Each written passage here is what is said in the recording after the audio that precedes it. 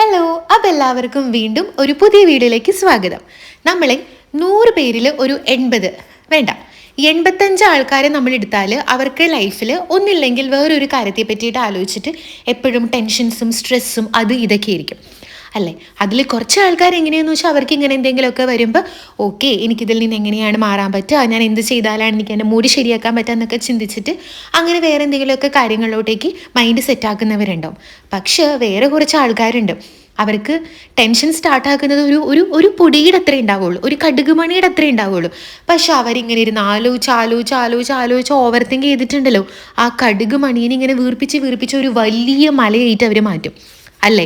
ചിലപ്പോൾ ഈ വീഡിയോ കാണുന്ന നിങ്ങൾ അങ്ങനെയായിരിക്കും, അല്ലെങ്കിൽ നിങ്ങൾക്ക് പരിചയമുള്ള ആരെങ്കിലും അങ്ങനെയൊക്കെ ഉണ്ടായിരിക്കും. അപ്പോൾ എപ്പോഴത്തെയും പോലെ ഐ എം സോറി, ജപ്പാൻകാരുടെ തന്നെയാണ് കേട്ടോ, സോറി, ക്ഷമിച്ചേരെ. ഓക്കെ, അവരുടെ ഒരു 25 കാര്യങ്ങൾ, അതിലെന്തെങ്കിലും എണ്ണം തെറ്റിപ്പോയി കഴിഞ്ഞാൽ എന്നോട് ക്ഷമിക്കണം കേട്ടോ. ഒരു 5 സെക്ഷൻസ് ആയിട്ട് ഒരു 25 കാര്യങ്ങൾ നമുക്കിവിടെ പറയാം. അതിലേതെങ്കിലുമൊക്കെ നിങ്ങൾ ട്രൈ ചെയ്യുന്നേ, സെറ്റ് ആവും. ഇതൊക്കെ ഒരു വിശ്വാസമല്ലേ, നടക്കുന്നേ. അപ്പം തുടങ്ങാല്ലേ. അതിൽ ഒന്നാമത്തെ കാര്യം ഉണ്ടല്ലോ, ചെരുപ്പിടാതെ മണ്ണിൽ കൂടെയും പുല്ലിൽ കൂടെയും അങ്ങനെ നടക്കുക. ചിലപ്പോൾ ഒരുപാട് പേർക്ക് അയ്യേ ചെരുപ്പിടാണ്ട് പുല്ലിൽ കൂടെയും മണ്ണിൽ കൂടെയും നടക്കേ, അത് അൺഹൈജീൻ ആണെന്ന് പറയുന്നവരുടെ അടുത്ത് ഐ എം വെരി സോറി, നിങ്ങൾ ചെയ്യേണ്ട. നമ്മളുണ്ടല്ലോ ഈ പണ്ടൊക്കെ നമ്മൾ ഇഷ്ടം പോലെ ചെരുപ്പിടാണ്ട് തോട്ടിൽ കൂടെയും പറമ്പിൽ കൂടെ ഒക്കെ നമ്മൾ ഓടിയിട്ടുണ്ടാവും. പക്ഷെ ഇപ്പോഴത്തെ കുട്ടികൾക്ക് അങ്ങനെ ആരും പ്രിഫർ ചെയ്യാറില്ല. അതെനിക്ക് എന്താണെന്ന് അറിയാൻ പാടില്ല കേട്ടോ.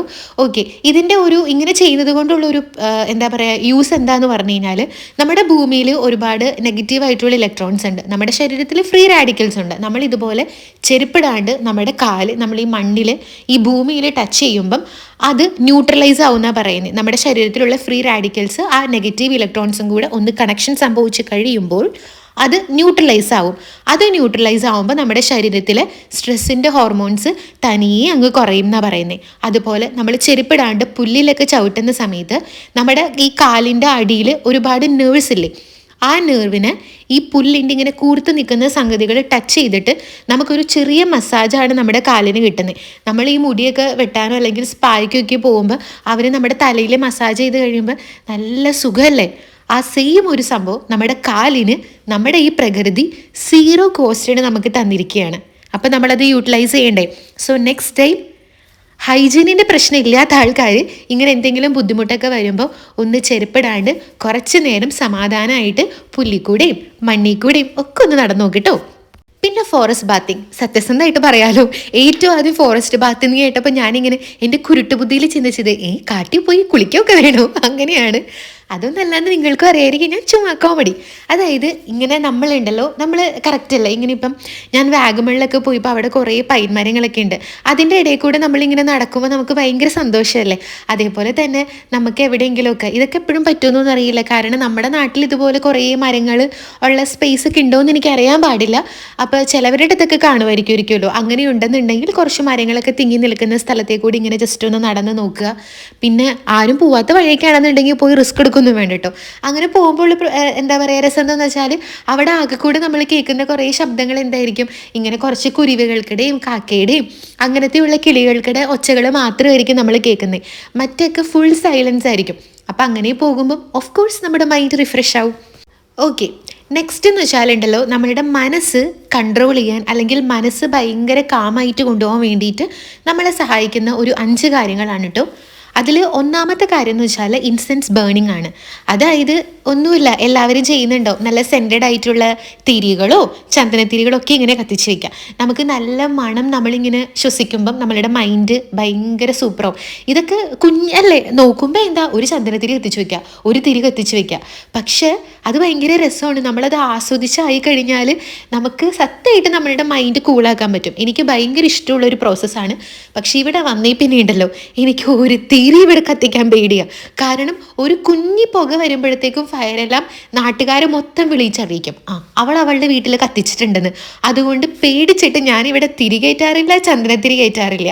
എനിക്ക് ഭയങ്കര ഇഷ്ടമുള്ളൊരു സംഭവമാണ് മണമുള്ള സംഗതികൾ ഇങ്ങനെ കത്തിച്ച് വെക്കുക എന്നുള്ളത്. അപ്പോൾ നിങ്ങളൊരെണ്ണം പോയി മേടിക്കുക, അതിനത്ര പൈസയൊന്നുമില്ലല്ലോ. പിന്നെ ചായ കുടിക്കുക, ഇതിപ്പോൾ വലിയ കാര്യമൊന്നുമല്ല, ഞാൻ ദിവസത്തിൽ 3 നേരവും ചായ കുടിക്കുന്നുണ്ടെന്നായിരിക്കും നിങ്ങൾ വിചാരിക്കേണ്ടാവുക. ഇത് അങ്ങനത്തെ ചായയല്ല കേട്ടോ. നമ്മൾ കുടിക്കുന്ന ചായയിൽ മൊത്തം കഫീൻ കണ്ടന്റ് ആണ്. പക്ഷെ ഇവർ കുടിക്കുന്ന ചായ എന്തൊക്കെയാണ്? മാച്ച, പിന്നെ എന്താണ് റോസ്റ്റർ ബാർലി വെച്ചിട്ടുള്ള ചായ, അതുപോലെ തന്നെ ഗ്രീൻ ടീയും റോസ്റ്റഡ് ബ്രൗൺ റൈസും വെച്ചിട്ടുള്ള ചായ. ഇങ്ങനത്തെ ചായയൊക്കെയാണ് അവർ കുടിക്കുന്നത്. അതായത് നമ്മളെ പോലെ കഫീൻ കണ്ടന്റ് കൂടുതലുള്ളതല്ല, കഫീൻ കണ്ടന്റ് വളരെ കുറവുള്ള ഐറ്റംസ് വെച്ചിട്ടുള്ള സംഗതികൾ യൂസ് ആക്കിയിട്ടാണ് ഇവർ ചായ ഉണ്ടാക്കുന്നത്. പിന്നെ എൻ്റെ മക്കളെ, ഇവർ ചായ കുടിക്കുന്ന ഒരു പ്രോസസ്സ് ഉണ്ട്. എന്ത് രസമാണെന്നറിയോ? ഞാനൊരു അമ്മൂമ്മയുടെ എത്ര വയസ്സാണ്, ഒരു 90 വയസ്സെന്തോ ആയ ഒരു അമ്മൂമ്മയാണ്, ജാപ്പനീസ് അമ്മൂമ്മയുടെ ഒരു വ്ളോഗ്സ് ഞാൻ കാണാറുണ്ട്. പുള്ളിക്കാരി ചായ കുടിക്കുമ്പോൾ ഒരു കുഞ്ഞിക്കായിട്ട് നമ്മുടെ ചൂണ്ടുവിരലിൻ്റെ അത്രയും വലുപ്പത്തിലുള്ള ഒരു ചൂല് പോലത്തെ സംഗതിയൊക്കെ വെച്ചിട്ടൊക്കെ ഇങ്ങനെ ഒരു പാത്രത്തിലൊക്കെ ഇങ്ങനെയൊക്കെയോ ചെയ്തിട്ട് ഒരു കുറേ നേരത്തെ ഒരു പ്രോസസ്സാണ്. അവർക്ക് സത്യം പറഞ്ഞാൽ അവർ ടീ സെറിമണി എന്നാണ് അതിന് പറയുന്നത്. നല്ല രസമാണ് അത് കണ്ടുകൊണ്ടിരിക്കാൻ. അതായത് ആ ഒരു പ്രോസസ്സ് കഴിയുമ്പോഴത്തേക്കും ഉണ്ടല്ലോ നമ്മുടെ സ്ട്രെസ്സൊക്കെ പോയിട്ടുണ്ടാവും. കാരണം അത്രയ്ക്ക് ആസ്വദിച്ച് ഭയങ്കര രസമായിട്ടാണ് ആ പ്രോസസ്സ്. നിങ്ങൾ ജസ്റ്റ് ഒന്ന് ഗൂഗിൾ യൂട്യൂബിലൊന്ന് അടിച്ചു കൊടുത്ത് നോക്കിട്ടാ.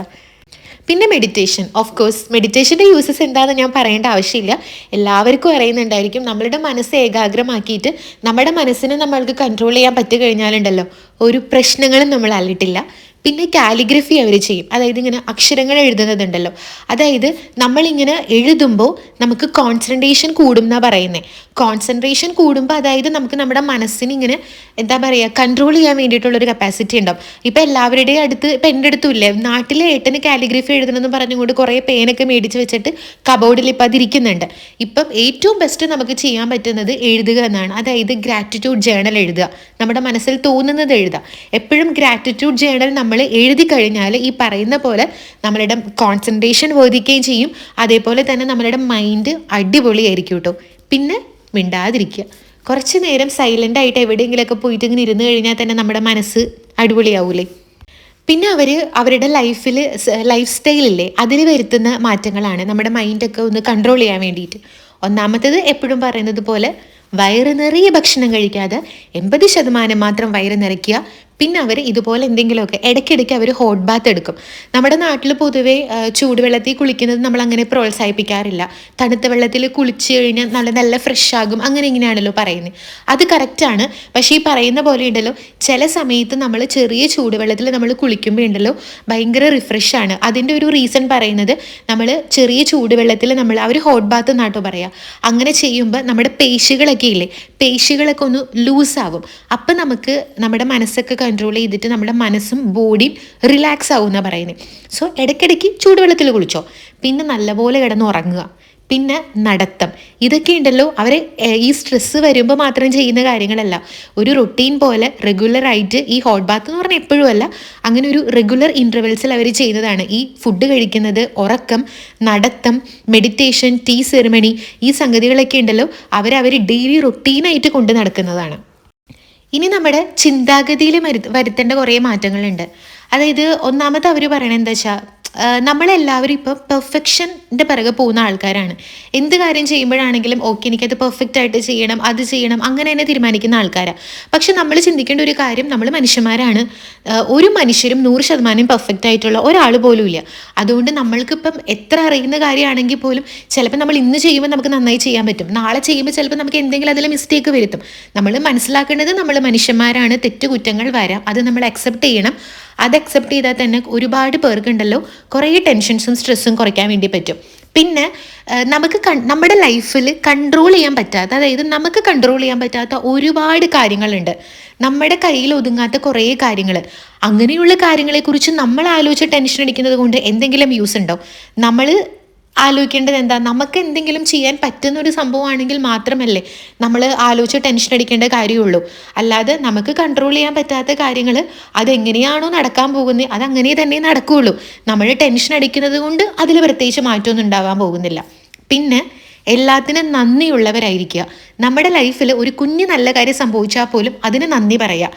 എപ്പോഴും ഉണ്ടല്ലോ ഉള്ളതിന് നമ്മൾ നന്ദി ഇരുന്നാലുണ്ടല്ലോ നമ്മൾക്ക് പിന്നെയും അതുപോലത്തെ നല്ല കാര്യങ്ങൾ സംഭവിച്ചുകൊണ്ടേ ഇരിക്കുകയുള്ളൂ.